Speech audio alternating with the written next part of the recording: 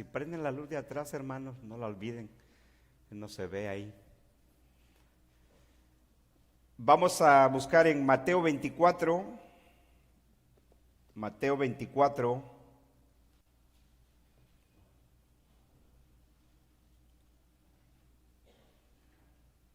Hemos estado avanzando en el estudio que estamos llevando a cabo todos los días domingos sobre este pasaje de las Escrituras aquí en Mateo 24, en Marcos 13 y en Lucas 21, que es llamado el discurso del Monte de los Olivos de nuestro Señor Jesucristo.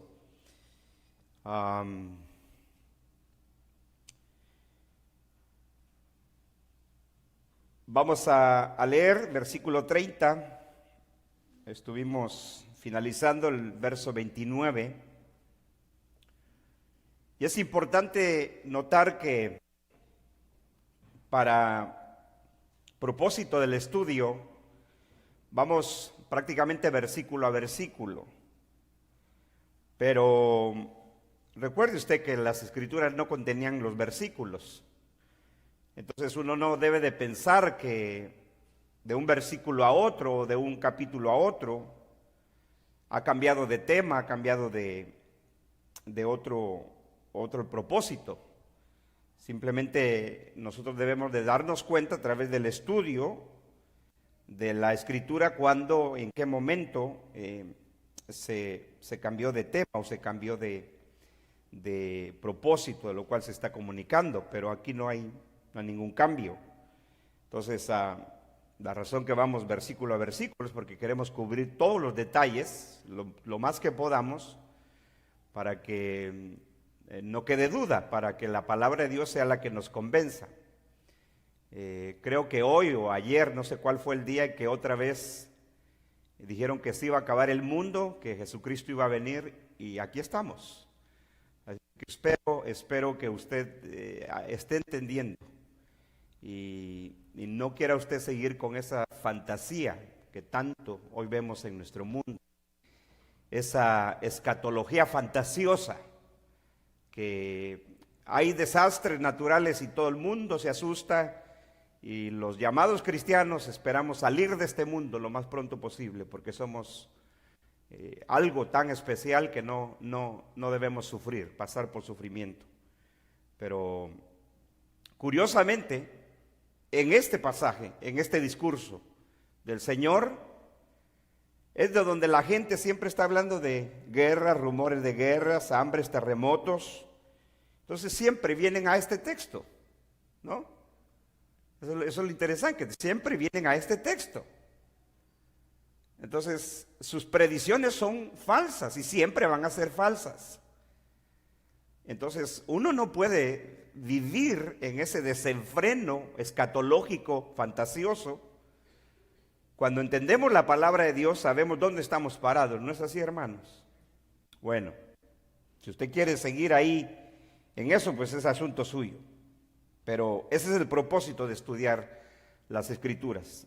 Yo quiero vivir por lo que las Escrituras dicen, por lo que el Señor dijo en su palabra, no por lo que la gente en su locura dice.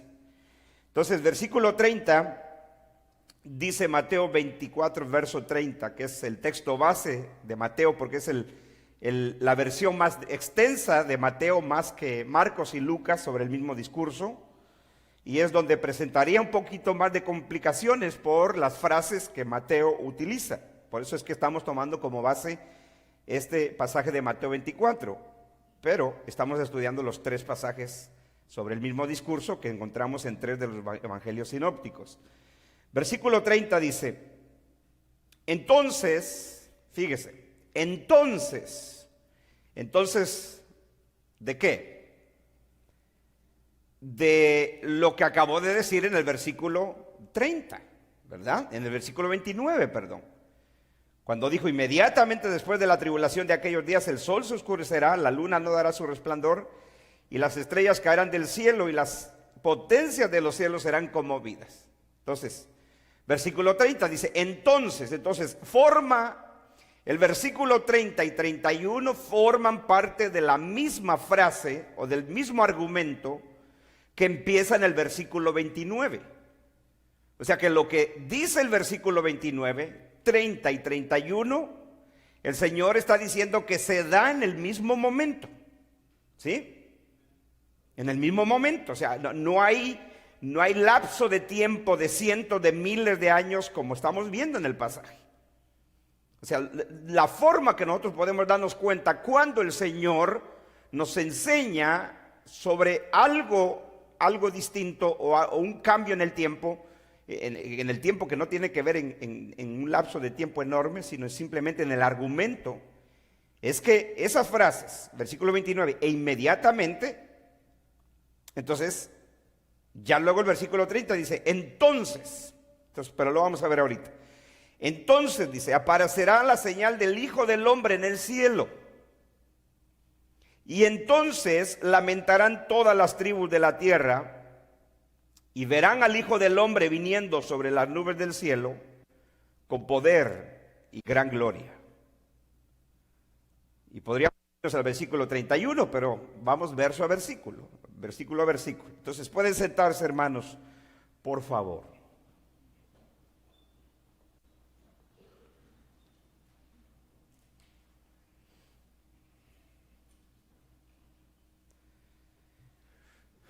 Siempre es importante para mí invitarles, recordarles que en este estudio estamos comparando, estamos haciendo un estudio expositivo, exegético del discurso del Monte de los Olivos. Por lo tanto, este discurso lo tenemos en 3 de los 4 evangelios. Hemos dicho que la razón que Juan en su evangelio no lo presenta es porque el libro de Apocalipsis, que se cree que fue escrito por Juan el apóstol, el Apocalipsis es el discurso de los olivos extensamente enseñado por Juan, revelado por el Señor a Juan de una manera más extensa y de una manera más simbólica.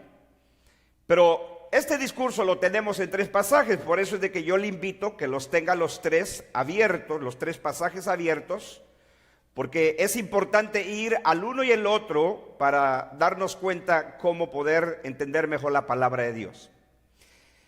Hemos llegado a este versículo 30 y como decía anteriormente, este versículo 30 y 31 forman parte de lo que el Señor está comunicándonos aquí que sucedería inmediatamente después de la tribulación de aquellos días. Es así como vemos el inicio del versículo 29. E inmediatamente después de la tribulación de aquellos días, dijo el Señor, el sol se oscurecerá, la luna no dará su resplandor, las estrellas caerán del cielo y las potencias de los cielos serán sacudidas o conmovidas. Ya entendimos a qué se refería el Señor cuando Él habla sobre que el sol se oscurecería, la luna no daría su resplandor o su luz y que las estrellas caerían del cielo. Dijimos que el Señor, como profeta que era, Él está utilizando el mismo lenguaje profético, el mismo lenguaje poético de las Escrituras, donde Dios en el Antiguo Testamento, cuando traía juicio y cuando Dios decidía la caída, la destrucción de una nación, de un imperio, era así como Dios a través de los profetas describía la caída y la destrucción de esa nación o de ese imperio, utilizando el lenguaje profético de la destrucción del universo, como si el universo se estuviera destruyendo, pero en realidad no es que literalmente ocurría la destrucción del universo, porque eso no ha ocurrido. Entonces, en este momento el Señor, cuando está respondiendo a los discípulos lo que sucedería a su nación, a la nación de Israel, a la ciudad de Jerusalén y al templo, el Señor está aquí prediciendo 40 años antes de que esto aconteciera, La caída de Jerusalén y la destrucción del templo. Ese es el tema que estamos aquí tratando, que el Señor está instruyendo a sus discípulos. Está otra vez respondiendo a la pregunta de sus discípulos. Cuando el Señor le dice a los discípulos: les aseguro que no quedará piedra sobre piedra que no haya de ser derribada, refiriéndose al templo. Ellos le dijeron: Señor, entonces, estando ya en el monte de los olivos, le dijeron: dinos, ¿cuándo sucederá esto y qué señal habrá cuando esto haya de cumplirse? Entonces, son dos preguntas que el Señor está respondiendo. Dijimos que el Señor responde a la inversa, responde primero la segunda pregunta, es decir, ellos piden una señal, y como vimos, la señal que ellos pedían, los discípulos, porque esto tuvo su cumplimiento en el primer siglo, en el cumplimiento del año 70, cuando Jerusalén fue destruida por los ejércitos de Roma y el templo fue derribado, destruido. No solo ocurrió esa destrucción física del templo, de la ciudad que fue quemada, pero también fue parte del juicio de Dios de traer juicio, castigo, ira, y esa es a la gran ira que la Escritura en el Nuevo Testamento se refiere, cuando habla de que la ira de Dios sería derramada, que Dios estaba vengándose. Por eso Lucas en su versión del discurso dice: porque esos serían días de venganza. ¿Venganza de quién? De Dios. Dios es el que está tomando venganza de sus enemigos, de aquellos que lo rechazaron, de aquellos que lo mataron, que lo mataron, y que habían matado a los profetas y a los santos del Antiguo Testamento, y que serían los perseguidores de los apóstoles y los discípulos del Señor en el primer siglo. Entonces, esta era la venganza de Dios contra esta nación apóstata que llegaba a su final, a su destrucción, y que el pueblo del pacto, el pueblo que había sido la luz a los gentiles, su luz se apagaba ahora por medio de su destrucción. Entonces, el Señor está diciendo que la gran tribulación a la que Él se refiere aquí, por eso es que dijimos que solo Mateo le llama gran tribulación, Marcos le llama también a tribulación, pero Lucas le llama gran aflicción. Son diferentes términos que los tres evangelistas utilizan para describir el mismo asunto, que es el juicio de Dios sobre la nación de Israel. Y por eso Lucas nos dice detalles sobre el hecho de que serían matados a filo de espada y serían llevados cautivos a las naciones. Eso es lo que el historiador Josefo nos dice que ocurrió. Más de 1 millón de judíos fueron masacrados en este juicio de Dios, que Dios utilizó a los romanos, y que más de 1 millón, inclusive algunos dicen que fue casi 2 millones de judíos que fueron vendidos esclavos a las naciones del mundo, como el Señor lo predijo. Entonces podemos ver que la gran tribulación tuvo que ver con el castigo de Dios, el juicio, la ira de Dios sobre este pueblo. Pero ahora, cuando la frase el sol se oscurecerá, la luna no dará su luz y las estrellas caerán del cielo, es el lenguaje poético de las escrituras de juicio que el Señor está utilizando, como hablaban los profetas en el Antiguo Testamento, y lo vimos bíblicamente, porque eso es todo lo que estamos haciendo aquí.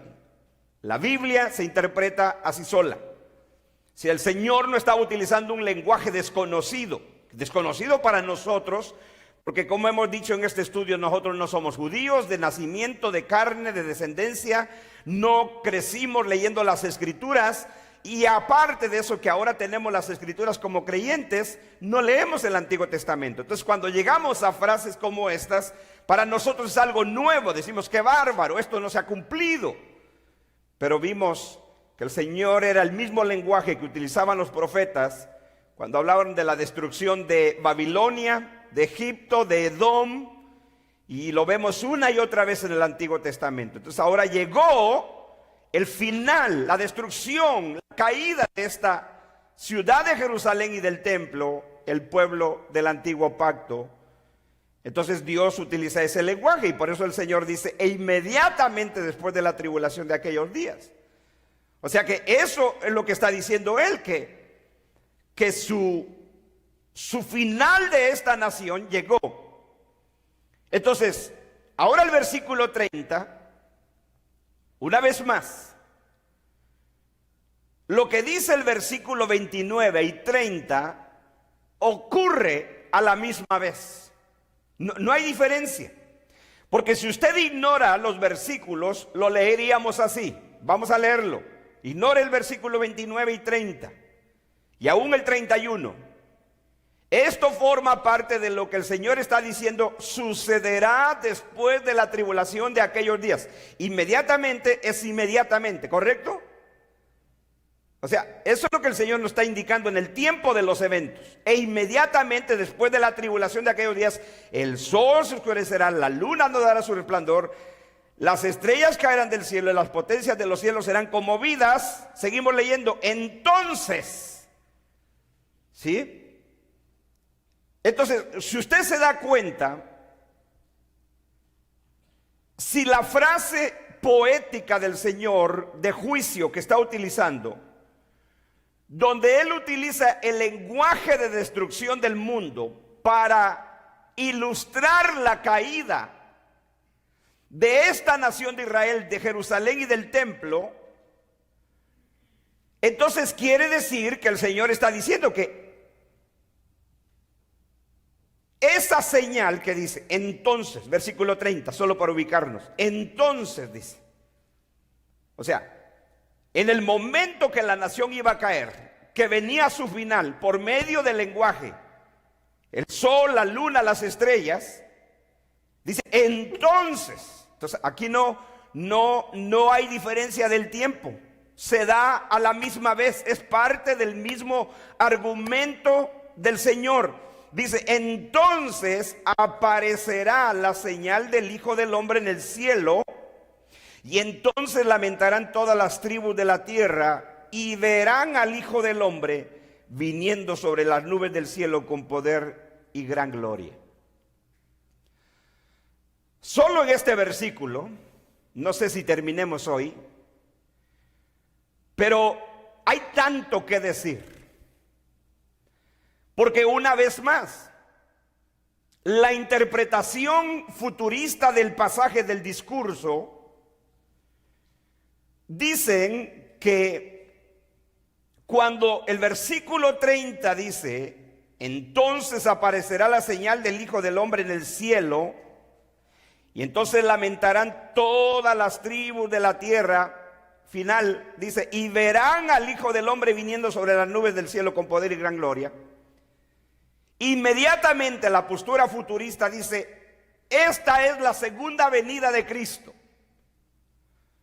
Por lo tanto, dicen ellos, este discurso del Monte de los Olivos, parte se cumplió en la destrucción de Jerusalén y la caída del templo, pero parte forma una profecía del futuro para nosotros que ya han transcurrido 2000 años.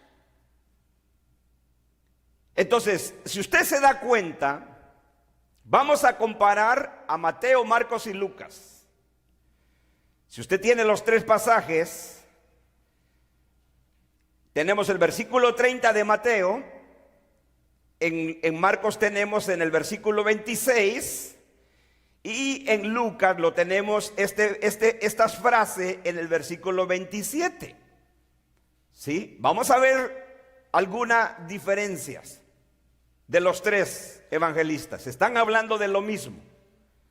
No es como algunos dispensacionalistas dicen que Mateo, Marcos hablaban del fin del mundo o de eventos futuros para nosotros, pero que Lucas, él sí estaba hablando de la destrucción de Jerusalén. No, hermanos, es lo mismo. Los tres se refieren a los mismos eventos que el Señor enseñó a sus discípulos. Pero como hemos venido comparando versículo a versículo de los tres pasajes, note las diferencias. Versículo 30 de Mateo. entonces aparecerá en el cielo la señal del Hijo del Hombre, y entonces todas las tribus de la tierra harán duelo y verán al Hijo del Hombre que viene sobre las nubes del cielo con poder y gran gloria. Ahora lea el versículo 26 de Marcos. Entonces verán al Hijo del Hombre. Ahora, es importante porque usted dirá, bueno, hermano, usted está leyendo el versículo que cree que sigue. No, es que ese es el que sigue. Porque si usted compara los versículos anteriores, son las mismas palabras, el mismo argumento del Señor. Por ejemplo, de Lucas, versículo 25, las estrellas irán cayendo del cielo y las potencias que están en los cielos serán sacudidas. Inmediatamente después de la frase del sol, la luna y las estrellas, el versículo 26 en Marcos dice, entonces verán al Hijo del Hombre que viene en las nubes con gran poder y gloria. Ahora, ¿cuál versículo corresponde a la versión de Lucas? Versículo 27, porque igual Lucas presenta en el versículo 27, después de la frase desfalleciendo los hombres por el temor y la expectación de las cosas que vendrán sobre el mundo, porque las potencias de los cielos serán sacudidas. Entonces los tres concuerdan en el hecho de que después de la fraseología, el sol, la luna y las estrellas, inmediatamente, juntamente con esa frase, viene la frase, y entonces, Marcos 27, Lucas 21, 27 dice, y entonces verán al Hijo del Hombre que viene en una nube con poder y gran gloria. Ahora, yo espero, yo sé que no todos, pero los que aquí aman la palabra de Dios y la están estudiando, ¿cuáles son las diferencias que vemos en los tres pasajes o en las tres versiones? ¿Qué diferencia usted nota de lo dicho por Marcos y Lucas de lo que dice Mateo? ¿Ah? ¿Cuál? ¿Cuál diferencia usted nota?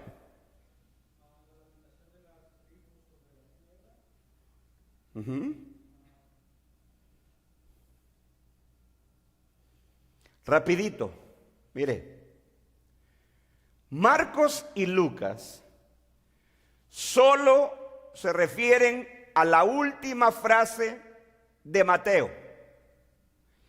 Y entonces verán al Hijo del Hombre que viene en las nubes con poder y gran gloria. Esa es la frase que dice Mateo y Marcos. Perdón, Marcos y Lucas.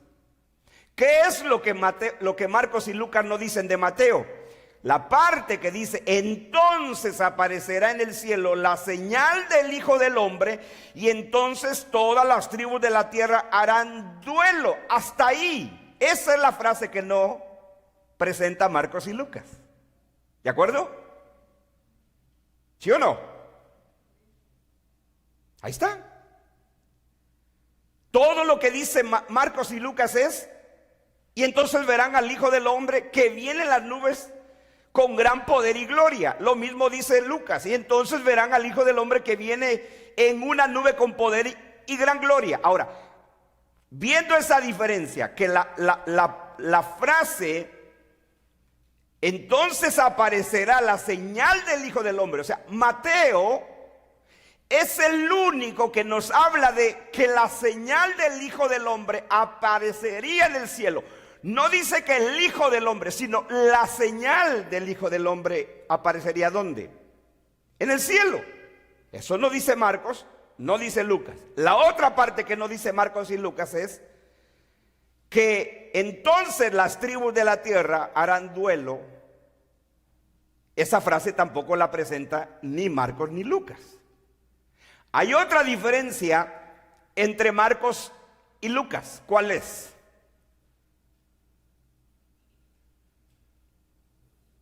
¿Se da cuenta cómo cuando uno estudia la Biblia con cuidado, uno va encontrando todos esos detallitos? ¿Qué es la diferencia entre Marcos y Lucas? Exacto.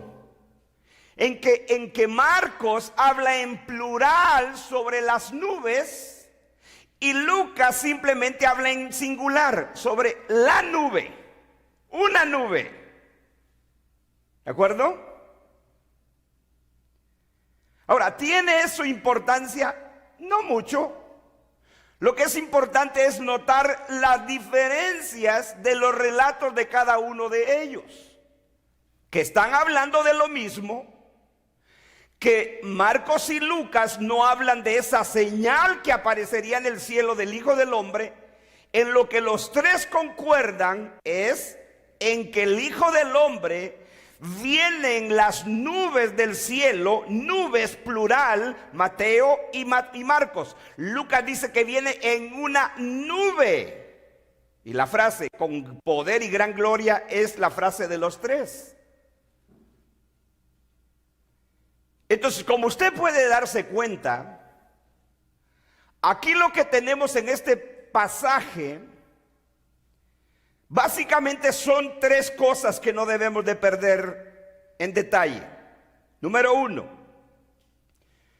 como estamos tratando de responder a lo que dice Mateo, porque es el que presentaría un poco más de complicación para la postura preterista, que es la que sostenemos, o por la que estoy enseñando yo, que es la postura preterista, que todo el discurso del Monte de los Olivos corresponde a nuestro pasado, que se cumplió en la destrucción de Jerusalén y del templo en el año 70, como el Señor lo predijo. Todo, absolutamente todo. Aquí no hay nada que no se haya cumplido.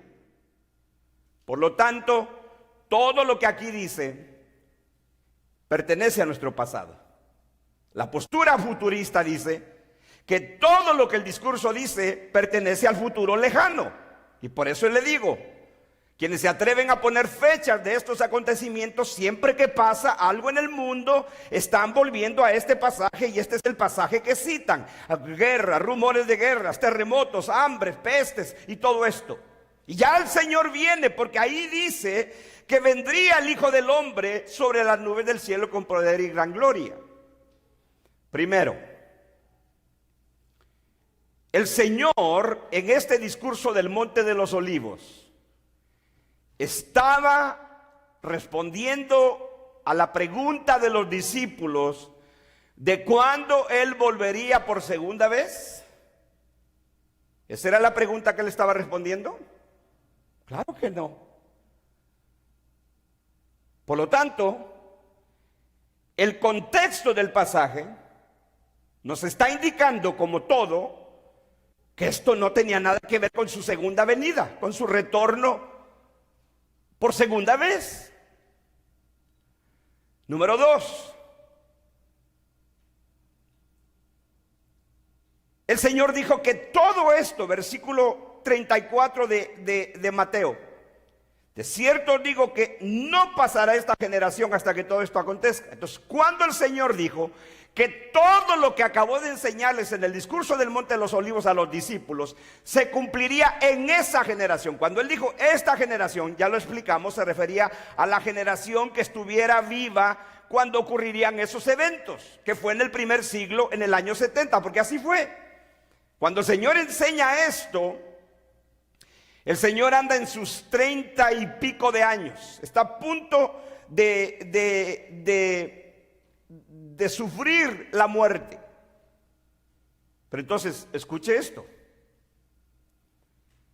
una generación eran más o menos 40 años.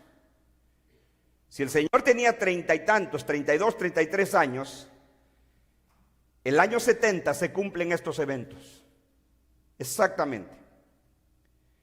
Se cumplió en el margen del tiempo, y por eso les dijo: el día y la hora nadie la sabe, sino solo mi Padre. Hay algunos manuscritos que no contienen la frase ni el Hijo. La mayoría de los manuscritos simplemente dicen: el día y la hora nadie la sabe, sino ni los ángeles del cielo, sino solo mi Padre. Omiten la frase ni el Hijo. Eso lo vamos a ver un poquito más adelante. Pero entonces el Señor dijo que todo esto, os digo que no pasará esa generación hasta que todo esto acontezca.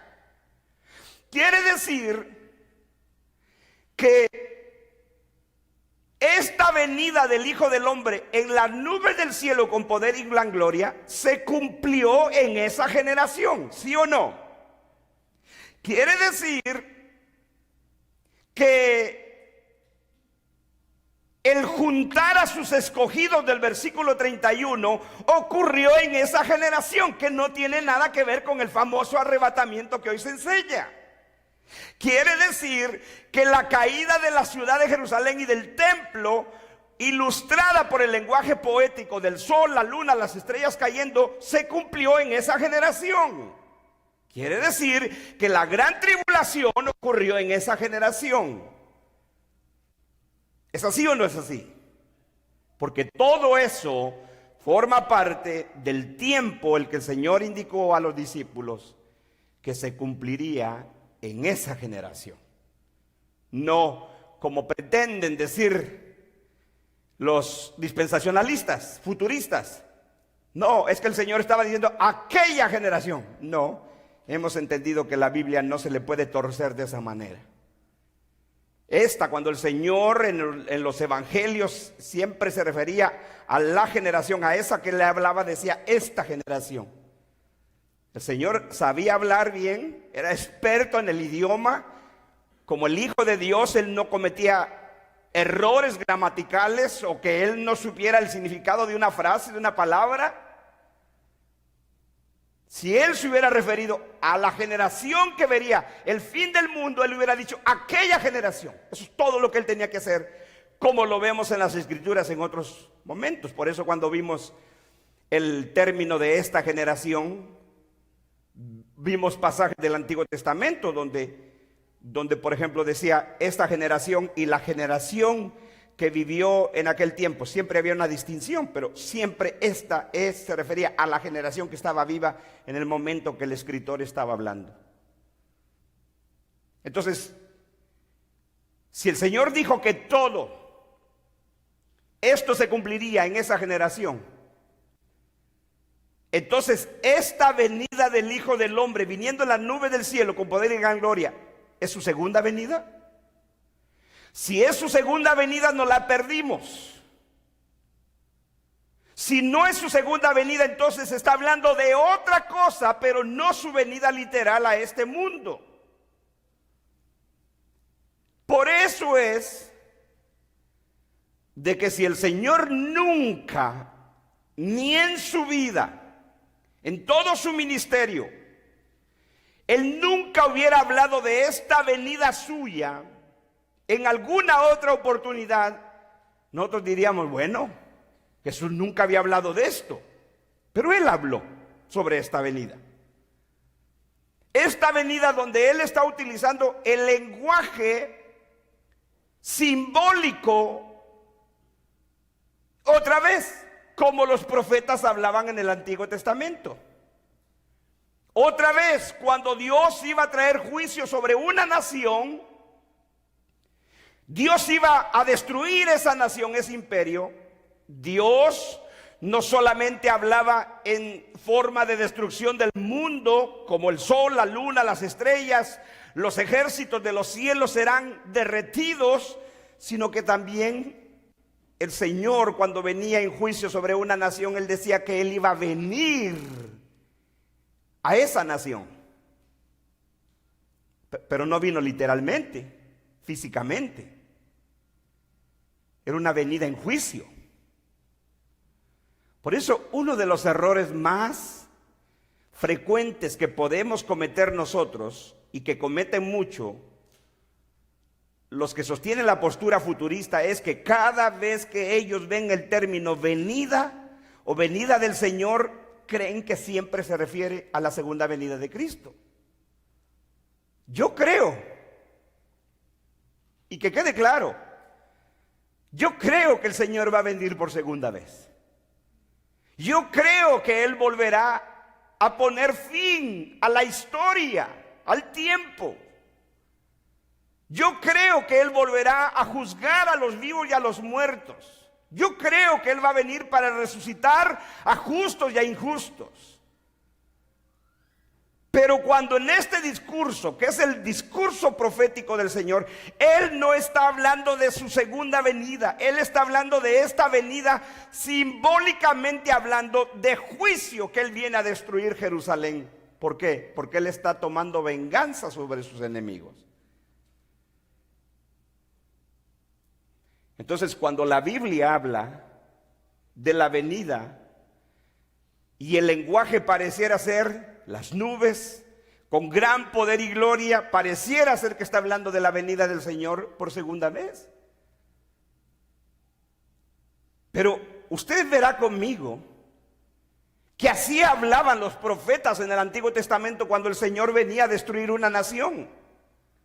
Habla en un lenguaje como que si Él estuviera viniendo literalmente a esa nación, pero no. Es un lenguaje que podamos entender los seres humanos. Y lo que es más tremendo es que nuestro Señor habló en varias ocasiones sobre esta venida de juicio contra Jerusalén. Y no es la única vez que Él lo dice aquí en el discurso del Monte de los Olivos. Ahora, veamos la primera frase de Mateo, porque los tres concuerdan en la frase: y verán al Hijo del Hombre que viene en las nubes del cielo, o en las nubes con gran poder y gloria. Lo que no dice ni Marcos ni Lucas es la frase: entonces aparecerá en el cielo la señal del Hijo del Hombre, y entonces todas las tribus de la tierra harán duelo. Hasta ahí. Eso es lo que no dice ni Marcos ni Lucas. ¿De acuerdo? Entonces necesitamos entender por qué Mateo utiliza esa fraseología. ¿Por qué Marcos no? ¿Por qué Lucas no? ¿Por qué ni Marcos, por qué ni Lucas mencionan el asunto de la señal del Hijo del Hombre en el cielo? ¿Por qué ni Marcos ni Lucas hablan que las tribus de la tierra harán lamentación o duelo? Los dos lo omiten, solo Mateo lo menciona. Pero veamos la primera frase de Mateo, porque aquí no debe de quedar duda. Versículo 30, una vez más lo leemos, dice: ¿Entonces qué? Cuando la nación haya caído, cuando Dios haya apagado su luz en el lenguaje profético del sol, la luna y las estrellas, entonces aparecerá en el cielo la señal del Hijo del Hombre. Ahí vamos a detenernos. Eso es lo primero que necesitamos entender. ¿Qué significa esta frase? Entonces aparecerá la señal, aparecerá en el cielo la señal del Hijo del Hombre. Cuando usted lee algo así, los lentes teológicos, escatológicos de la postura futurista, cuando uno ya los tiene puestos y llega al texto, uno inmediatamente cree que lo que el Señor está diciendo, o en la versión de Mateo, es que nosotros veríamos al Hijo de Dios en el cielo. Eso es lo que tenemos la tendencia a ver inmediatamente, que vamos a ver.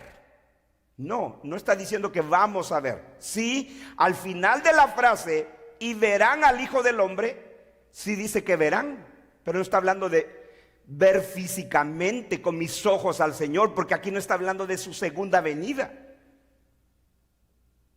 Mire, hermano, aún en el lenguaje suyo normal de la vida diaria, usted cuando le dice a una persona, tú lo vas a ver, no necesariamente es que usted le está diciendo a esa persona que físicamente lo va a ver. ¿No es así?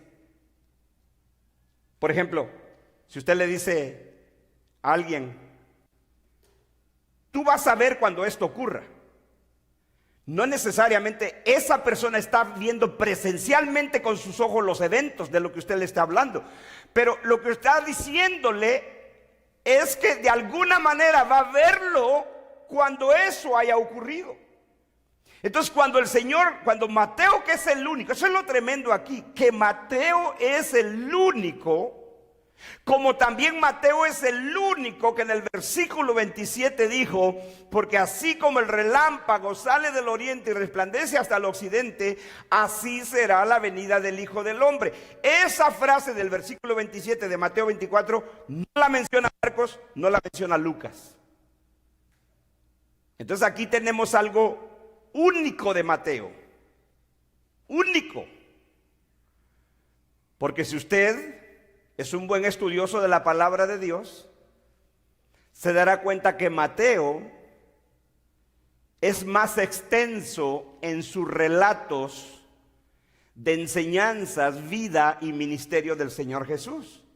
Por ejemplo, solo en el capítulo 23, que es el contexto del juicio del Señor contra los fariseos y escribas, donde encontramos los 7 ayes sobre ellos, porque son 7 ayes, donde le dice: ay a vosotros escribas y fariseos. Mateo es tan extenso en este juicio contra los escribas y fariseos. Pero cuando usted ve la versión de Marcos y de Lucas, ellos son muy cortos, muy breves en este juicio de los ayes contra ellos. Lo mismo cuando Mateo enseña el famoso sermón del monte en el capítulo 5 de Mateo. Mateo es extenso, Lucas y Marcos son breves en el relato. Entonces Mateo está utilizando frases que Marcos y Lucas no utilizan, porque hemos dicho, Mateo es un judío escribiendo a cristianos judíos. Y Mateo es muy duro con sus compatriotas judíos rebeldes. Porque escuche esto y no pierda esto de vista. ¿Se da cuenta? Le estoy diciendo no pierda de vista, aunque usted no lo está viendo. Lo que me refiero es que estoy utilizando un lenguaje simbólico, de ver. A lo que me refiero es, no pierda usted de vista que el Nuevo Testamento, incluyendo los evangelios, fueron escritos para cristianos. ¿De acuerdo? No fueron escritos para los judíos.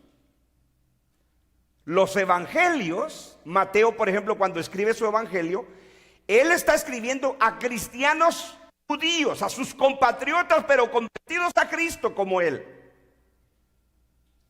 Pero en su relato de su evangelio, Mateo, Marcos y Lucas están hablando de lo que le sucedió a los judíos por haber rechazado al Mesías que los profetas habían prometido. Entonces, Mateo nos dice frases, terminología, que los otros dos evangelistas no nos dicen. ¿Por qué? Porque tanto Marcos como Lucas, ellos escriben a cristianos gentiles. A cristianos gentiles. Por eso es de que hemos visto que Lucas, por ejemplo, él simplemente dice que el Hijo del Hombre viene en una nube. Él no dice, el Hijo del Hombre viene en las nubes. Lucas no nos habló de que las estrellas caerían del cielo, que el sol se oscurecería, la luna no daría su luz. Él simplemente dice, habrá señales en el sol, la luna, las estrellas, sobre la tierra, angustia entre las naciones, perplejas a causa del rugido del mar y de las olas. Lucas hace su énfasis en los acontecimientos de los hombres de aquella generación, no en los eventos. ¿Por qué? Porque Lucas está hablando a gentiles cristianos que no tienen un trasfondo judío y del Antiguo Testamento. Pero Mateo, entonces uno llegaría a pensar que el versículo 27 de Mateo pareciera que está hablando de otra cosa. No, lo único que Mateo está diciendo es que ese juicio del Señor contra Jerusalén sería repentino. Eso es lo que significa la frase, como el relámpago que sale del oriente y resplandece hasta el occidente. Así será la venida del Hijo del Hombre. O sea, está hablando de algo repentino. Que este juicio vendría repentinamente sobre ellos.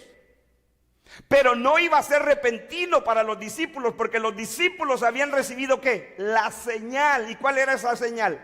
Cuando ustedes vean a Jerusalén rodeada de ejércitos, sepan que su destrucción ha llegado. Por lo tanto, si tú te encuentras en el campo, no regreses a tu casa. Si estás en medio de la ciudad, sal de ella hacia los montes. Esa era la señal de escape para ellos.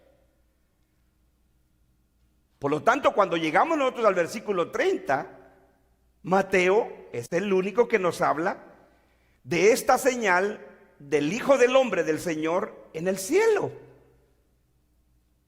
Ahora, ¿habló el Señor de esto en alguna otra oportunidad? Claro que sí. No es la única vez que dice esto. Por favor, acompáñeme a Mateo 26. Vaya un poquito adelante. Mateo 26. Vamos a entender entonces qué significa la frase verán al Hijo del Hombre, la señal del Hijo del Hombre en el cielo. Mateo 26, versículo 64. Ahora, el Señor ya ha sido arrestado para ser presentado ante el juicio. El Señor está a punto de morir, a unos días de morir, en una cruz.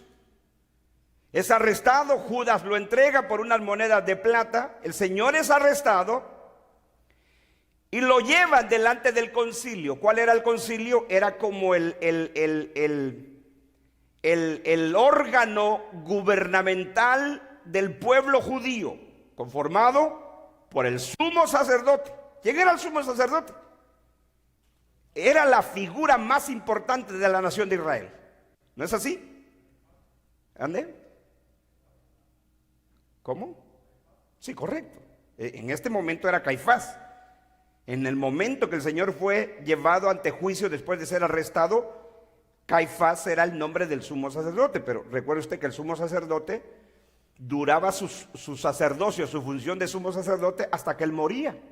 Y en este momento era Caifás. Eso es lo importante, que tenemos el nombre de quien era el sumo sacerdote. Versículo 57 nos lo dice. Los que prendieron a Jesús le llevaron al sumo sacerdote Caifás, a donde estaban reunidos los escribas y los ancianos. Ellos son los que formaban el concilio. ¿Sí? El órgano que gobernaba la nación judía, aquí está presente, y ante ellos es llevado el Señor. Fue arrestado, fue entregado por Judas. El Señor está a punto de morir en unas cuantas horas, pero es juzgado primero. Ahora, no olvide el contexto. Una vez más, contexto, contexto, contexto. ¿Delante de quién está el Señor? Delante del sumo sacerdote Caifás. Estaban reunidos escribas y los ancianos. No hay ninguno de sus discípulos aquí. Todos le abandonaron. El único que le sigue de lejos viendo qué acontecería, ¿quién es?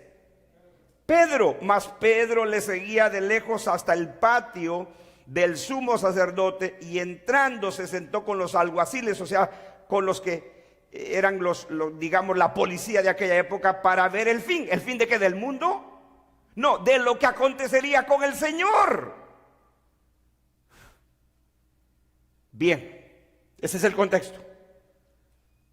Por causa del tiempo, vaya al versículo, bueno, sigamos leyendo, rapidito.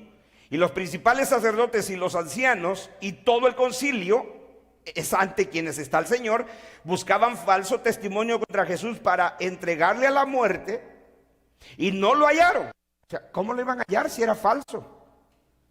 Dice, aunque muchos testigos falsos se presentaban, pero al fin vinieron 2 testigos falsos, que dijeron, este dijo, puedo derribar el templo de Dios y en 3 días reedificarlo. Y levantándose el sumo sacerdote, le dijo, ¿no respondes nada? El sumo sacerdote se da cuenta que cuando estos testigos falsos vienen a acusar al Señor, el Señor no dice una sola palabra. Y eso le sorprende al sumo sacerdote, porque el Señor no se defiende. Y por eso le dice, ¿no respondes nada? Escuche esto. ¿Qué testifican estos contra ti? Versículo 63. Mas Jesús callaba. Entonces el sumo sacerdote le dijo: te conjuro, mire la palabra, te conjuro por el Dios viviente que nos digas si eres tú el Cristo, el Hijo de Dios. ¿Qué es lo que quiere saber el sumo sacerdote? Si el Señor es el ¿qué? El Cristo en el griego, pero la palabra que él utiliza es el Mesías. El Mesías, que a Dios había prometido en los profetas en el Antiguo Testamento. Y todas las acusaciones contra el Señor eran que lo que él hacía y decía apuntaban a que él era el Mesías. Y por eso el sumo sacerdote lo llevan a juicio y le dicen: dinos por el Dios Altísimo, ¿eres tú el Mesías, el Cristo, el Hijo de Dios? O sea, ¿eres tú Hijo de Dios, el Hijo de Dios? Que la frase Hijo de Dios para el hebreo de aquella época era ser igual a Dios.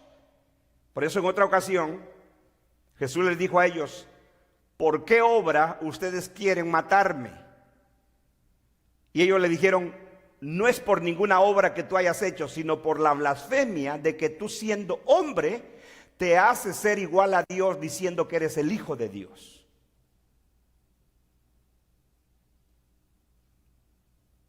Y entonces cuando el sumo sacerdote le dice: dinos de una vez por todas, ¿eres tú el Cristo, el Mesías prometido? ¿Eres el Hijo de Dios? Versículo 64. Oiga esto tremendo. ¿Cómo le responde el Señor a este hombre? Recuerde, ¿quién es la audiencia? ¿Con quién está el Señor? Con la autoridad más importante de Israel, el concilio, que era el cuerpo, el gobierno de Israel de aquella época religiosa. Versículo 64. Jesús le dijo: tú lo has dicho. O sea, él acaba de decir: ¿eres tú el Cristo, el Hijo de Dios? Jesús simplemente le responde: tú lo dijiste. Lo acabas de decir. O sea, lo afirmaste. Tú lo has dicho. Pero ahora viene algo tremendo que le dice. Además, le dijo. Además. En otras palabras, ese término, además, es como si el Señor estuviera diciéndole: no solo soy el Mesías, no solo soy el Hijo de Dios, sino además os digo, ¿quién es la audiencia? El sumo sacerdote, los escribas, los ancianos, el concilio. Y además os digo, o sea, les digo a ustedes, esa sería otra frase, que desde ahora, ¿desde cuándo? ¿2000, 3000 años después? Desde ahora, les dice el Señor, desde ahora veréis, otra vez, la frase que encontramos en el discurso del Monte de los Olivos: y verán al Hijo del Hombre viniendo en las nubes del cielo con gran poder y gran gloria. Otra vez, dice, veréis. ¿Quién iba a ver esto? El sumo sacerdote, los ancianos y los del concilio. Veréis al Hijo del Hombre sentado a la diestra del poder de Dios. Literalmente ellos iban a ver al Señor sentado al lado de Dios. Claro que no. Les dice: desde ahora veréis al Hijo del Hombre sentado a la diestra del poder de Dios. ¿Y qué más? Y viniendo en las nubes del cielo. ¿Quién iba a ver al Hijo sentado, al Hijo del Hombre sentado a la diestra de Dios y viniendo en las nubes del cielo? ¿Quién lo iba a ver? El sumo sacerdote. ¿Cómo se llamaba? Caifás. Perdón, mi ignorancia. Pero si estuviera hablando de la segunda venida de Cristo, Caifás seguiría vivo el día de hoy. Sencillo como eso. Y tendría más de 2000 años vivo. Perdóneme. Si cada vez que nuestros hermanos futuristas ven la palabra, la venida del Hijo del Hombre en las nubes del poder, las nubes del cielo con poder y gloria, o viniendo en las nubes del cielo, Si cada vez se refiere al retorno físico literal de Cristo, entonces estamos fritos. Pero el Señor le está diciendo a Caifás, el sumo sacerdote, a los escribas y a todo el concilio delante del cual está siendo juzgado, les dice, no solamente yo soy el Mesías, no solamente soy el Hijo de Dios, sino que además ustedes, tú, por eso en inglés dice tú o ustedes. Además os digo que desde ahora, dice el Señor, desde el momento que Él está hablando, Él dice, desde ahora, ese desde ahora, el Señor está refiriéndolo al tiempo que Él está hablando con ellos. Pero ¿cuándo es que el Señor se sentó a la diestra de Dios? ¿Cuándo? Cuando resucitó y ascendió a los cielos. Ahí fue su entronización del rey. Por eso es de que todo esto ocurrió en la primera venida de Cristo. Con su vida, muerte, resurrección y ascensión a los cielos. Su ascensión a los cielos fue su entronización como rey. Y cuando el rey se sentaba en el trono es porque estaba juzgando. Por eso es de que en términos del libro de Apocalipsis dice, Él juzgará las naciones con vara de hierro. Pero inmediatamente tendemos a pensar que eso pertenece a 2000, 3000, 5000 años adelante. No, el Señor desde que se sentó en su trono, cuando Él ascendió a los cielos, Él está gobernando y está sometiendo a sus enemigos debajo de sus pies. Y sus enemigos estaban delante de Él aquí en este momento. Ustedes lo van a ver, dijo Él. Desde ahora veréis al Hijo del Hombre sentado a la diestra del poder de Dios. ¿Y qué más? Y viniendo en las nubes del cielo. En otras palabras, entre su entronización, yendo al cielo, sentándose en su trono de gloria, y el juicio de Jerusalén, son dos eventos juntos. En la escatología bíblica son eventos juntos. Por eso vimos el cumplimiento de Joel capítulo 2 que Pedro dice en el libro de los Hechos 2. Esto es lo dicho por el profeta Joel cuando dijo, en los posteriores días yo derramaré mi espíritu sobre sus hijos, verán sueños. Y todo lo que dice, y luego dice, y habrá señales en el sol, en la luna, en las estrellas. Porque todo formaba parte del paquete profético del final del tiempo para la nación de Israel. Por lo tanto, cuando el Señor le dice a Caifás, tú lo vas a ver. No solo soy el Cristo, no solo soy el Hijo de Dios, sino además me vas a ver sentado a la diestra del poder de Dios. Mire, vamos a ver la reacción del sumo sacerdote. El hombre se volvía loco. No podía aceptar este hombre. ¿Cómo este hijo del carpintero podía decir, soy el Cristo, soy el Hijo de Dios? Y no solo eso, sino que me vas a ver sentado a la diestra del Padre y viniendo, tú me vas a ver viniendo en las nubes del cielo. ¿Literalmente lo vio? No. Pero estos hombres que están delante del Señor juzgándolo, vieron al Señor viniendo. Cuando vino a juzgarlos y a destruirlos, lo vieron. ¿Entiende? No es la única vez que el Señor hablaba de esta venida en juicio, porque es la misma fraseología que utilizan los profetas en el Antiguo Testamento cuando el Señor venía a juzgar una nación. Lo mismo. Lo mismo. Entonces, ¿qué significa en la frase de Mateo? Mateo es el único, fíjese, este evento del juicio del Señor en frente del sumo sacerdote lo relata Marcos, lo relata Lucas, pero solo Mateo es el que utiliza la fraseología, desde ahora te digo que veráis al Hijo del Hombre sentado a la diestra del poder de Dios y viniendo en las nubes del cielo.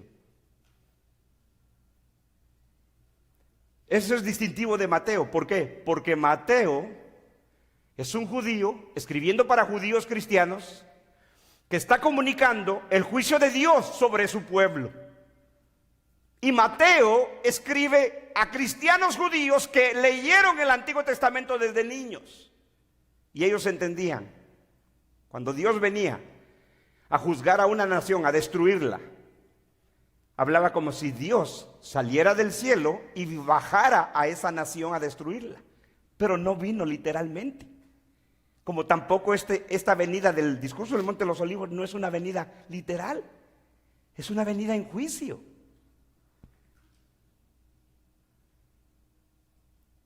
Entonces, la señal que Mateo nos dice, entonces sigamos leyendo, porque entonces dice, versículo 65, entonces el sumo sacerdote rasgó sus vestiduras,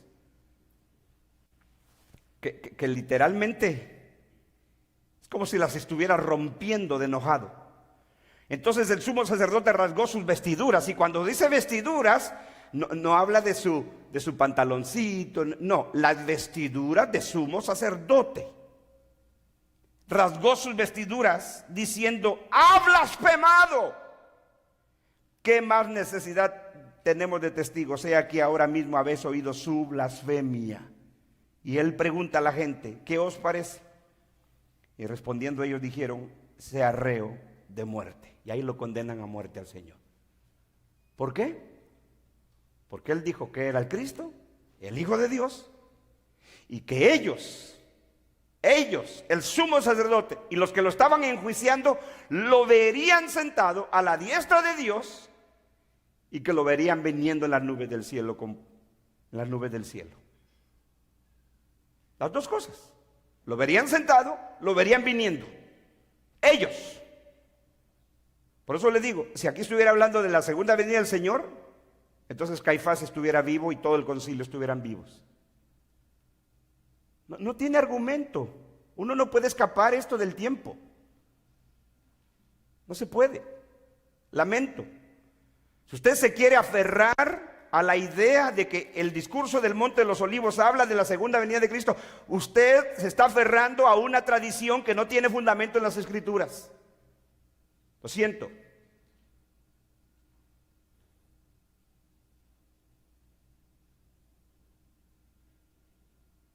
Es más, el Señor habló otras veces de esta venida y de esta señal. ¿Cuál era la señal de que Mateo se refiere? Que él estaría entronizado y que él estaría juzgando a sus enemigos y estaba por destruir a sus enemigos, que era la nación de Israel. Ese juicio del año 70 representaba la venganza de Dios, dice Lucas. Esa ira de Dios que sería derramado sobre ellos.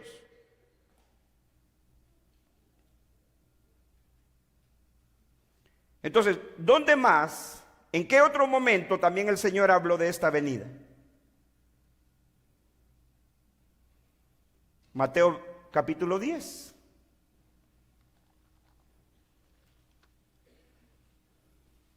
Mateo 10.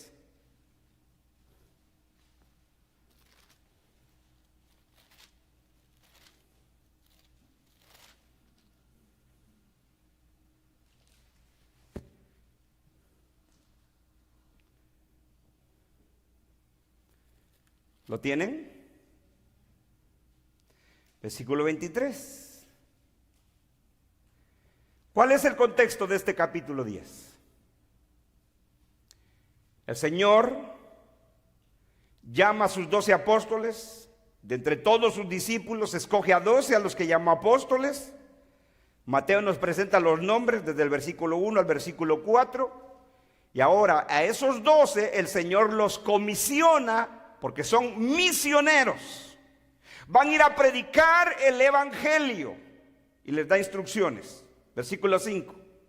A estos 12 envió Jesús y les dio instrucciones diciendo: por camino de gentiles no vayáis, y en ciudades samaritanos no entréis, sino id antes a las ovejas perdidas de la casa de Israel, y yendo predicad diciendo: el reino de los cielos se ha acercado. Entonces, ¿fue la instrucción del Señor a los 12? No vayan a los gentiles todavía, eso iba a venir después. Vayan a la casa de Israel, a las ovejas perdidas de la casa de Israel primero. ¿Correcto? Ese es el contexto. Ahora,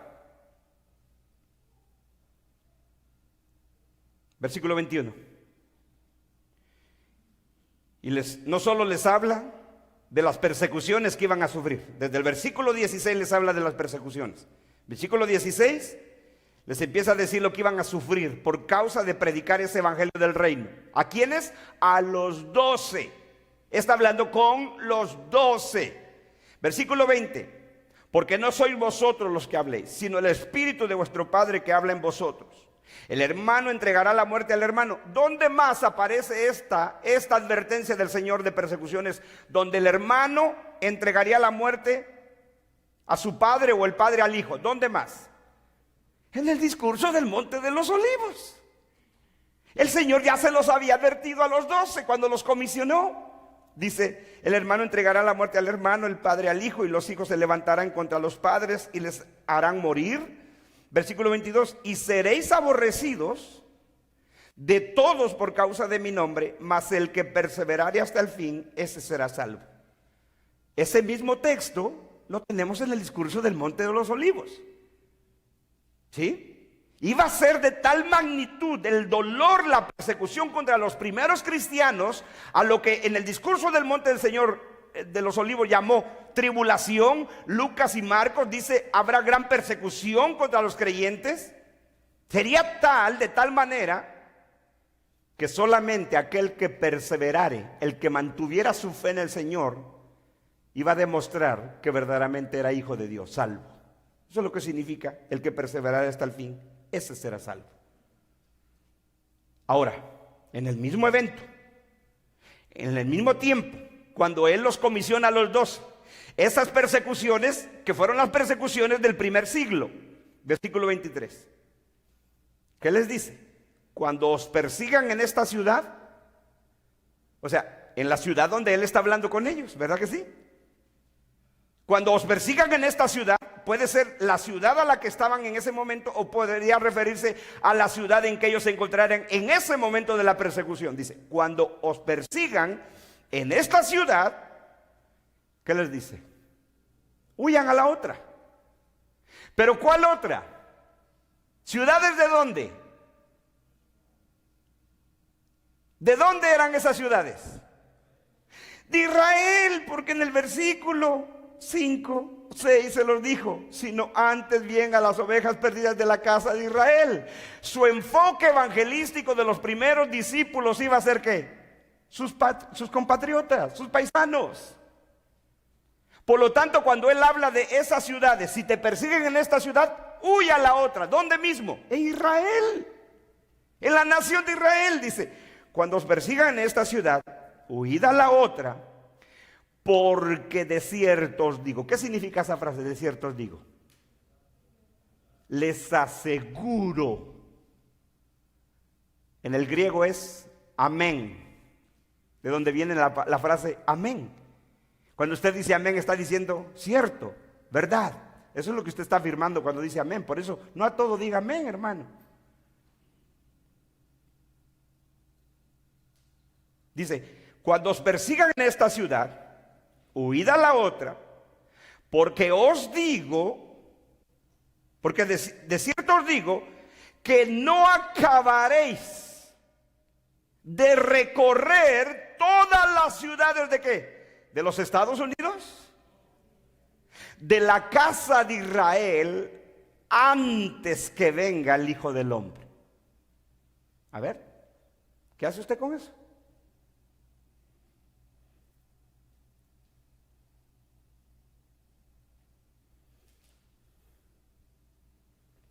¿Qué es lo que usted observa del texto? ¿Qué está diciendo el Señor?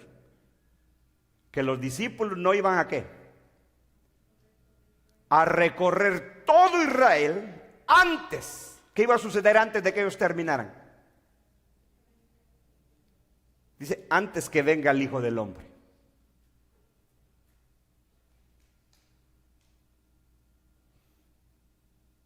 ¿Es su segunda venida? No, claro que no. aquí tenemos una vez más el Señor hablando sobre esta venida, de la que está hablando en el discurso del Monte de los Olivos. Y así fue. Así fue. Los discípulos no terminaron de recorrer todo Israel antes de que vino este juicio. No terminaron. El Señor se los dijo: les aseguro que no acabaré de recorrer todas las ciudades de Israel. Todas. Mire, hermano, si esto estuviera hablando de 2000, 3000 años después, ya Israel hubiera sido evangelizada. De hecho, lo ha sido. A mí me da risa. Qué curioso, porque los que enseñan la postura futurista, ¿sabe qué están haciendo muchos ministerios futuristas? Inclusive están recogiendo, recaudando fondos, dinero, para pagarle su viaje a los judíos para que vuelvan a Israel. Así.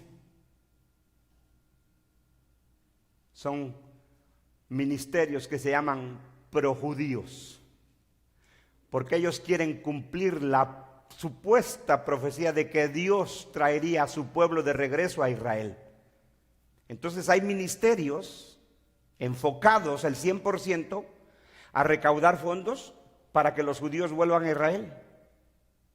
Ahora, aquí viene lo tremendo, porque ellos están recaudando fondos para que supuestamente la profecía se cumpla y los judíos vuelvan a Israel, para que Israel sea restaurada y el templo vuelva a ser reconstruido, porque ellos esperan la reconstrucción del tercer templo, o sea, de este segundo que cayó en el año 70, ellos dicen que se va a reconstruir en el año, en la gran tribulación, donde aparece el famoso anticristo y todo eso invento que se han hecho.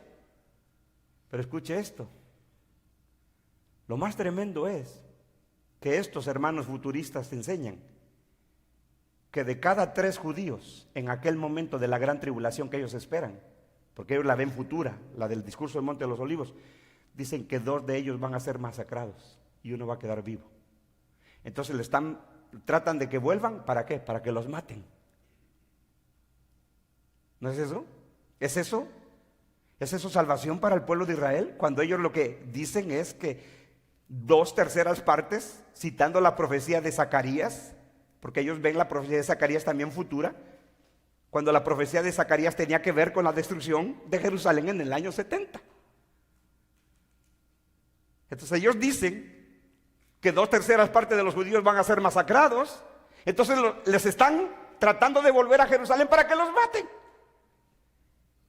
¿Cómo es eso salvación? ¿Cómo es eso restauración si lo están llevando a que los maten?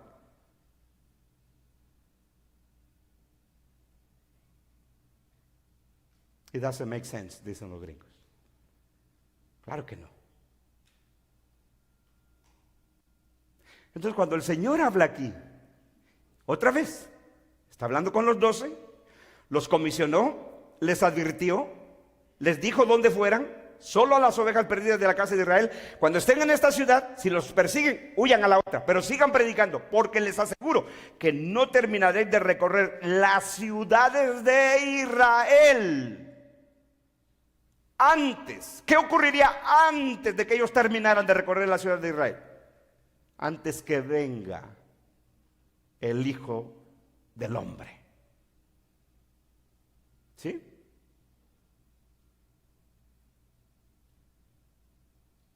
Entonces, el error que podemos nosotros cometer es creer que cada vez que la Biblia habla de la venida del Señor, está hablando de una venida literal.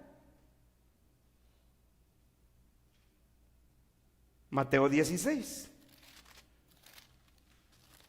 Mateo capítulo 16.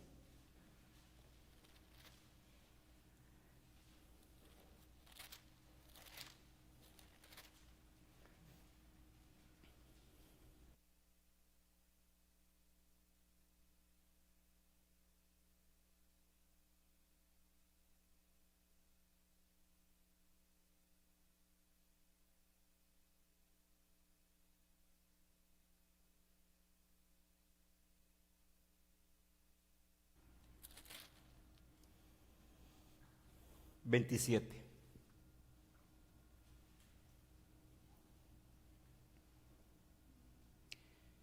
El Señor le dice a sus discípulos, está con sus discípulos, y les habla de que Él va a morir. Versículo 21. Ese es el contexto. Desde entonces comenzó Jesús a declarar a sus discípulos. ¿Desde entonces qué? ¿Desde cuándo? Desde la confesión de Pedro, donde el Señor los tiene a los 12, les dice, ¿quién dicen los hombres que es el Hijo del Hombre? Estoy hablando de Él. Ellos dicen, unos dicen que tú eres Juan el Bautista, otros dicen que eres Elías, versículo 14, otros dicen que eres Jeremías o algún otro profeta. Ahora el Señor les cambia la pregunta, la hace personal, y les dijo, ¿vosotros quién decís que soy yo? Respondiendo a Simón, le dijo, tú eres el Cristo, el Hijo del Dios viviente. Entonces él respondiendo, Jesús dijo, bienaventurado es Pedro, hijo de Jonás, porque no te lo reveló carne ni sangre, o sea, ser humano, sino mi Padre que está en los cielos. Y yo también te digo que tú eres Pedro, y sobre esta roca edificaré mi iglesia, y las puertas del Hades no prevalecerán contra ella.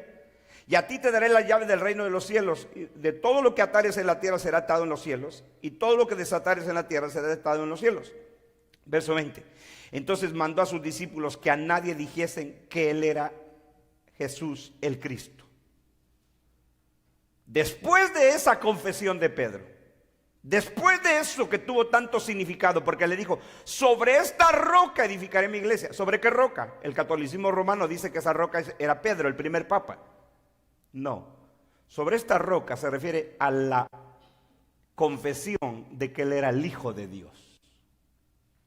Este es el distintivo del cristianismo. El cristianismo es el único que afirma que Jesucristo es Dios encarnado. Sobre esta roca edificaré mi iglesia, y que nada prevalecería contra ella. Ahora, siga leyendo. Versículo 21. ¿Desde entonces qué? Después de esa confesión de Pedro y después de la afirmación de que sobre esa roca edificaría su iglesia, desde entonces comenzó a Jesús a declarar a sus discípulos que le era necesario ir a Jerusalén. Todavía ni siquiera iba a Jerusalén o subía a Jerusalén. Dice, y padecer mucho de los ancianos, de los principales sacerdotes y de los escribas, y ser muerto y resucitar al tercer día. O sea, les habló de su sufrimiento, de su arresto, les habló de su muerte y les habló de su resurrección. Mire la situación de los discípulos. Dice, entonces Pedro, tomándole aparte, comenzó a reconvenirle, diciendo, Señor, ten compasión de ti, en ninguna manera esto te acontezca. ¿Qué puede usted ver de la acción de Pedro? Que ellos no esperaban que el Señor muriera. No formaba parte de su sentido escatológico. Por eso le dice, Señor, que no te pase eso.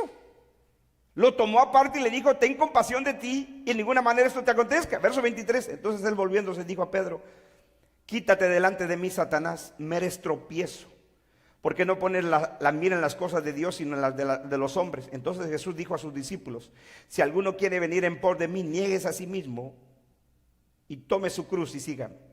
Versículo 25, porque todo el que quiera salvar su vida la perderá, y todo el que la pierda su vida por causa de mí la hallará.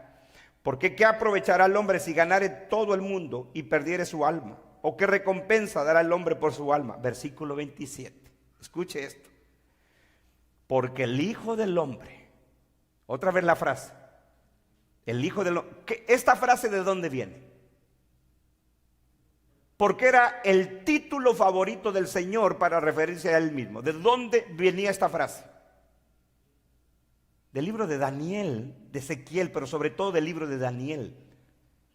El Hijo del Hombre, porque el Hijo del Hombre vendrá en la gloria de su Padre.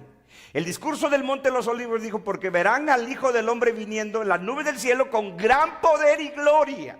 ¿Y qué dice aquí el Señor? Porque el Hijo del Hombre vendrá en la gloria de su Padre con sus ángeles, y entonces pagará a cada uno conforme a sus obras. Cuando uno lee esa frase, entonces pagará a cada uno conforme a sus obras, cree que se refiere al final del mundo o al juicio final. Pues no. Este pagará conforme a sus obras a cada uno. Se refiere al juicio que vendría sobre Jerusalén, sobre los judíos. Versículo 28. ¿Por qué? De cierto os digo que hay algunos aquí, oiga esto, hay algunos aquí, ¿con quién está hablando el Señor? Con sus discípulos. ¿Es así o no es así? De cierto les aseguro que hay algunos de los que están aquí, lugar, tiempo, están aquí. Algunos de los que están aquí con Él en ese momento, que no gustarán la muerte, o sea, no morirán hasta que hayan visto al Hijo del Hombre viniendo en su reino.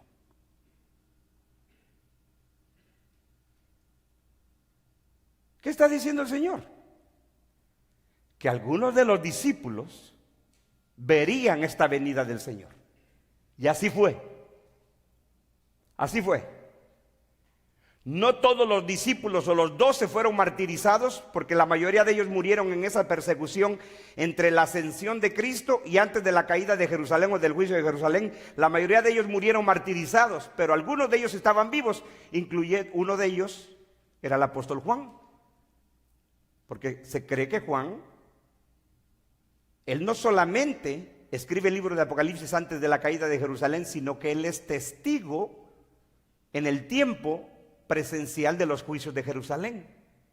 Pero él es desterrado en una isla llamada Patmos, donde recibe el Apocalipsis años antes de la caída de Jerusalén. Y por eso es de que el Señor dice, algunos de los que están aquí no morirán, no sufrirán la muerte, hasta que hayan visto al Hijo del Hombre viniendo en su reino. Entonces, el Señor ya había hablado de esta venida. ¿No es así? Es algo nuevo. Por eso cuando en el discurso del Monte de los Olivos él habla de viniendo en las nubes del cielo con gran poder y gloria, él no estaba hablando de su segunda venida literal física, él estaba hablando de ese juicio, porque ese es el contexto, porque él dijo que todo eso habría de cumplirse en esa generación. No es que estamos forzando el texto para que encaje donde queremos que encaje. Estamos demostrando con el contexto, con otros pasajes, de que el Señor no era la primera vez que hablaba de esa venida en juicio, que Él ya había hablado con sus discípulos sobre eso, que ya le había dicho al sumo sacerdote y a los gobernantes de Israel que ellos lo verían sentado a la diestra de Dios y lo verían viniendo en las nubes del cielo. ¿No es así?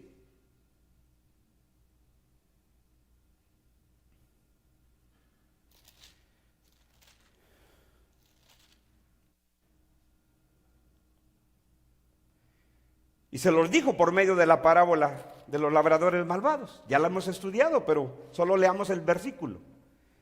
Capítulo 21.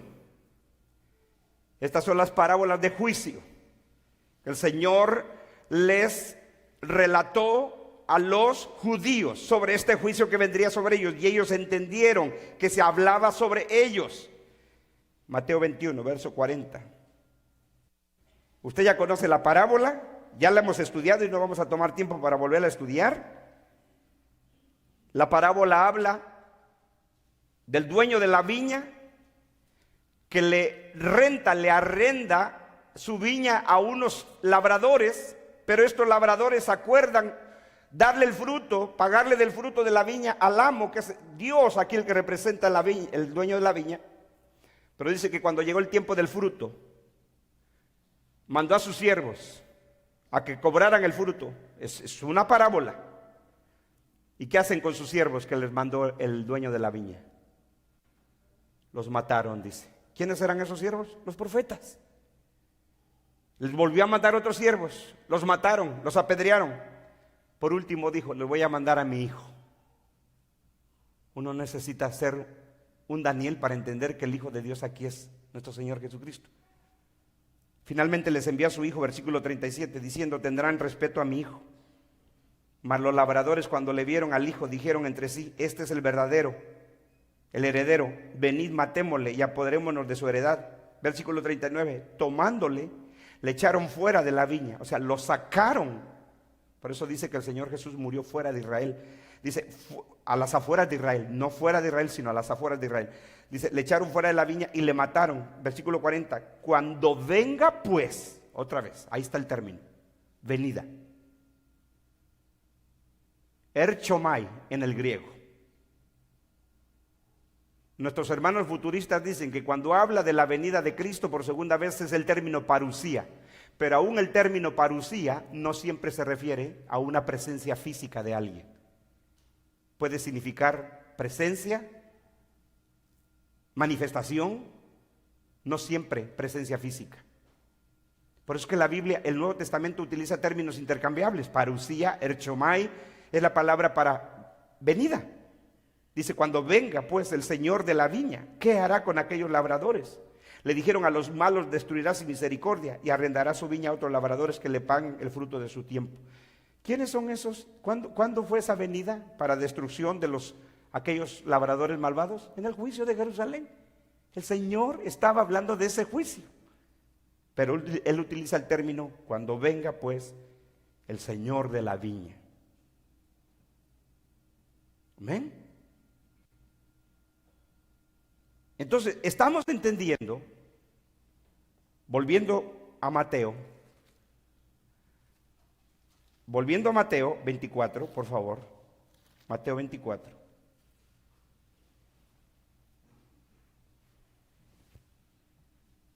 Que esta venida del Señor no es una venida literal, sino que es esa venida en juicio contra la nación de Israel. Mateo 24. Entonces dice, 30. Entonces aparecerá la señal del Hijo del Hombre. Esa señal es la entronización del rey. Por eso es de que cuando habló con el sumo sacerdote le dijo, ustedes verán al Hijo del Hombre sentado a la diestra de Dios y viniendo en las nubes del cielo. Entonces, esa señal, cuando Jerusalén, en otras palabras, escuche bien, cuando Jerusalén viniera a su destrucción y a su final sería la señal de que el Señor estaba juzgando a sus enemigos y de que Él está reinando sobre el universo. Esa era la señal. Esa es la señal a la que Mateo se refiere aquí. Entonces aparecerá la señal del Hijo del Hombre en el cielo. En el cielo. La ubicación es el cielo. La señal es que Él está gobernando, que Él está sentado en su trono. Por eso al sumo sacerdote le dijo, desde ahora, ustedes verán al Hijo del Hombre sentado a la diestra de Dios y viniendo en las nubes del cielo. Esa es la señal a la que se refiere Mateo, que Marcos y Lucas la omiten. Ellos no hablan de esa señal, ellos solo hablan de la frase, verán al Hijo del Hombre viniendo en las nubes del cielo con poder y gran gloria. Amén. Ahora, ¿qué dicen los profetas? ¿Dios hablaba así por los profetas? ¿Como Dios viniendo a juzgar una nación? Vamos a ver algunos ejemplos en el Antiguo Testamento. Por favor, vaya conmigo al libro de Isaías. Oh, mi hermano, si usted no toma nota de esto, yo no sé. Que Dios lo ampare. Porque allá afuera uno encuentra un montón de gente loca que dice cada disparate.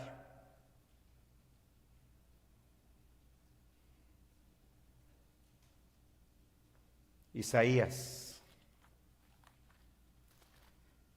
capítulo 19.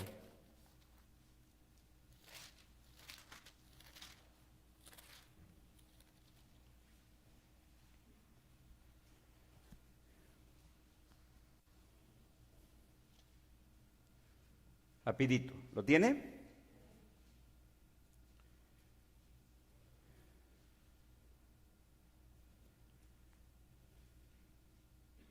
Versículo 1.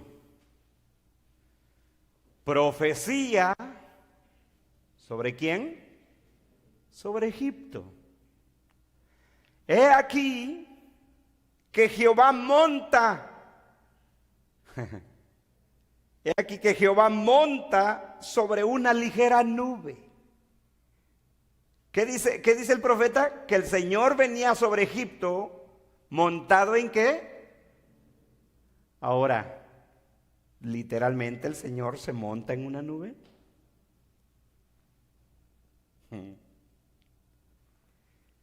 He aquí Jehová monta sobre una nube, una ligera nube, o sea, ligera significa rápida. ¿Necesita el Señor de una nube? ¿Sí? Entonces, cuando en el discurso del Monte de los Olivos dice, y verán al Hijo del Hombre viniendo en las nubes del cielo, o Lucas, en término singular, y verán al Hijo del Hombre viniendo en una nube. ¿Cuál es la fraseología? Antiguo Testamento. La fraseología es antiguo testamentaria, como hablaban los profetas cuando Dios venía a juzgar a una nación. He aquí Jehová monta sobre una ligera nube y entrará. ¿Dónde? ¿Entrará dónde? En Egipto. Literalmente vino el Señor, entró en Egipto. ¿Verdad que no? Y entrará en Egipto. Y los ídolos de Egipto temblarán delante de él. ¿Literalmente temblaron los ídolos? No. Es más, todos los ídolos son hechos de madera o de algo. ¿Cómo va a temblar un ídolo? Pero ese es el lenguaje profético. Ese es el lenguaje poético del poder, de la gloria de Dios destruyendo esta nación. Pero habla como si él viniera montado en una nube, entrando en Egipto. Y los ídolos de Egipto temblarán delante de él y desfallecerán el corazón de los egipcios dentro de ellos. ¿Qué dice Lucas que ocurriría con el juicio de Jerusalén? Desfalleciendo los hombres, ¿por qué? Por las cosas que ocurrirían en el mundo. Mismo lenguaje. Lucas toma estas frases de juicio del Antiguo Testamento, desfalleciendo el corazón de los egipcios dentro de ellos. Versículo 2, levantaré egipcios contra egipcios, o sea que se maten unos con otros, y cada uno peleará contra su hermano, cada uno contra su prójimo, ciudad contra ciudad y reino contra reino. ¿Dónde aparece esta frase? ¿No en el discurso del Monte de los Olivos? Guerra, rumores de guerras, nación contra nación. Es lo mismo, aquí está. Lo mismo. Porque eso fue lo que ocurrió en la destrucción de Jerusalén. Entre judíos empezaron a matarse entre ellos. Bandos empezaron a matarse entre ellos. Eso es lo que el Señor se refería cuando les dijo guerra, rumores de guerra, nación contra nación, reino contra reino. Es la misma fraseología. Entre ellos se mataban. Y cuando Dios vino a juzgar a Egipto, dice que venía en una nube, que entró en Egipto y que el corazón de los egipcios desfallecería, que los ídolos temblarían y que él haría que los egipcios se mataran. Así se murió el micrófono. Cada uno peleará contra su hermano, cada uno contra su prójimo, ciudad contra ciudad y reino contra reino. Ahí está. Vamos a detenernos ahí. Es solo uno de los pasajes del Antiguo Testamento que hemos leído. Vamos a leer otros más la próxima semana porque nos falta la frase. Y harán lamentación todas las tribus de la tierra, porque pareciera ser que está hablando de todo el globo terráqueo. ¿Verdad que sí? Pues vamos a explicarlo para que no quede duda. Oremos. Padre, gracias. Gracias te damos por tu palabra, porque tú eres bueno y tu palabra es verdad, Señor. Es esa lámpara que ilumina nuestros ojos, ilumina nuestro entendimiento. Y que tu pueblo, Señor, sea alumbrado por ella. Para que vivamos en la ignorancia, en la expectación de los hombres que no tienen esperanza, y que no caigamos en ese desenfreno, en esa locura escatológica de nuestros tiempos.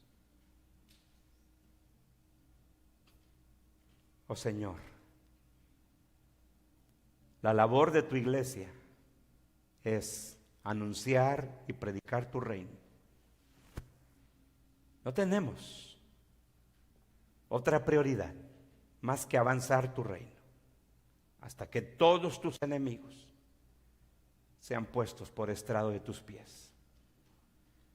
Tú, desde que resucitaste, te sentaste en tu trono y estás gobernando, juzgando a las naciones con vara de hierro. Y tu pueblo participa en ese juzgar del mundo, porque es tu pueblo el que es columna y baluarte de la verdad, Señor. Anunciamos al mundo que se arrepientan, crean en el Evangelio. ¿Qué llamado más extraordinario puede tener tu pueblo? Nosotros no debemos de estar pensando como muchos, salir de este mundo, sácanos, Señor. No, tú oraste por nosotros y le dijiste al Padre, ellos están en el mundo, pero ya no son del mundo, solo te pido que los guardes del mal.